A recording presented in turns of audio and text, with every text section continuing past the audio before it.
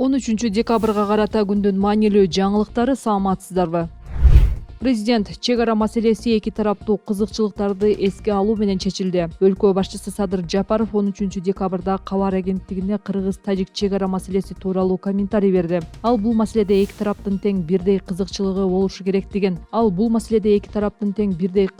болушу керектигин, бир жактын кызыкчылыгын жогору коюу менен чечип алуу мүмкүн эмес экенин баса белгиледи. Талаш жерлерде да тил табыштык десек болот. Анткени илгертен талаш болуп келген жерлерди теңме-тең бөлүштүк. Айрым жерлерде теңме-тең алмашуулар болду. Ушул тапта кагаз иштери аяктоо алдында турат, деди ал. Жапаров кыргыз-тажик чек арасы эки өлкөнүн өкмөттөр аралык комиссиясы ишин бүтөр замат ачылаарын билдирди. Жергиликтүү элдин талабы да ушундай болчу. Делимитация иштери бүткөндө ачкыла деген. 3 жылдан бери чек ара посттору жабык турат. Мындан эки тарап тең экономикалык зыян тартты. Соода сатык токтоп калды. Эми чек ара постторун ачып, эки өлкөнүн ортосундагы соода сатыкты эң жогорку деңгээлге чейин чыгарышыбыз керек, деди өлкө башчысы. Президент чек ара маселесинин чечилиши эки элдин ынтымагын бекемдеп, элдин жашоосу оңолуп, аймакка инвесторлор менен туристтерди тартууга шарт түзөөрүн баса белгиледи. 4-декабрда министрлер кабинети Кыргызстан менен Тажикстан чек ара маселеси боюнча бир пикирге келгенин билдирген. УКМК төрагасы Камчыбек Ташиев аны тарыхый учур деп атаган. Кыргыз-тажик чек арасынын жалпы узундугу 972 чакырымды түзөт. Буга чейин коңшу өлкө менен чектешкен айрым жерлер так эмес болгондуктан Баткенде кагылышуулар болуп келген. Өлкө боюнча 1000ден ашык бакчага видео көзөмөл орнотулду. Билим берүү министрлиги өлкөдөгү мамлекеттик жана муниципалдык 1871 бала бакчанын 1186-сына видео көзөмөл камерасы орнотулганын кабарлады. Аймактар боюнча видео көзөмөл орнотулган бала бакчалардын саны: Ош облусу 369, Жалал Абад облусу 230, Ош шаары 51, Нарын облусу 121, Бишкек шаары 115, Ысык көл облусу 87, Баткен облусу 81, Чүй облусу 79, Талас облусу 53. Калган 685 бала бакчага да тез арада видео көзөмөлдү орнотуу талабы коюлду. Министрлик жергиликтүү администрацияларга бала бакчаларда коопсуз билим берүү чөйрөсүн түзүү максатында видео көзөмөл орнотууну сунуштады деп айтылат билдирүүдө. Бир нече күн мурда Чүйдүн Сокулук айылындагы Алтын балалык бала бакчасында 5 жаштагы кыз чарчап калганы белгилүү болду. Ага чейин Жалал Абаддын Сузак районундагы бала бакчада тарбиячылар балдардын бирине кол көтөргөнү айтылган. Кыргызстанда жыл сайын балдар физикалык, сексуалдык жана эмоционалдык зомбулукка кабылышат. Айрым учурда балдардын өлүмү менен аяктаганда окуялар кездешет.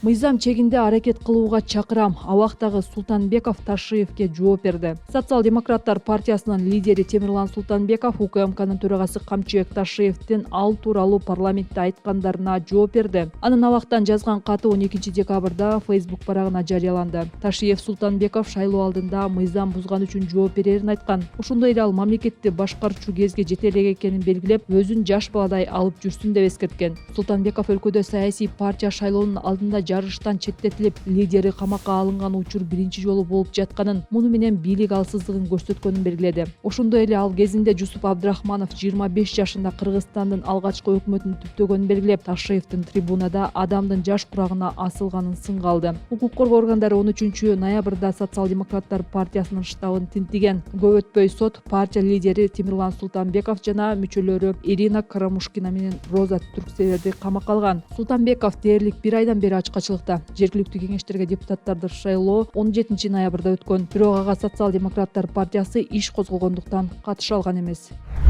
Мындан ары 23-октябрь илбирстердин эл аралык күнү катары белгиленет. Мындай чечимди Бириккен Улуттар уюму кабыл алды. Бул тууралуу президенттин басма сөз катчысы Аскат Алагөзов билдирди. Анын айтымында президент сентябрда БОНун башкы ассамблеясында тоолуу аймактын белгиси болгон илбирсти сактоо керектигин баса белгилеген. Бул тарыхый окуя. Борбор Азиядагы кайталангыс табиятты сактоо боюнча Кыргызстандын аракеттеринин глобалдык маанисин ачыктап турат, деди Алагөзов. Ошондой эле ал былтыр Жапаров ак илбирсти Кыргызстандын улуттук символу деп таануу жөнүндөгү жарлыкка кол койгонун эске салды. Ак илбирс 1997-жылы жок болуу коркунучунда турган жаныбарлардын түрү катары кызыл китепке киргизилген. Айрым маалыматтарда Кыргызстанда илбирстердин саны 300-350ге жеткени, башка булактарда 400-450 экени айтылып жүрөт. Эксперттер 2040-жылга чейин дүйнө боюнча илбирстердин саны 10% азаят деп болжолдошууда. Буга көптөгөн жагдайлар, анын ичинде алар байырлаган чөйрөнүн тарып жатканы да себеп болот.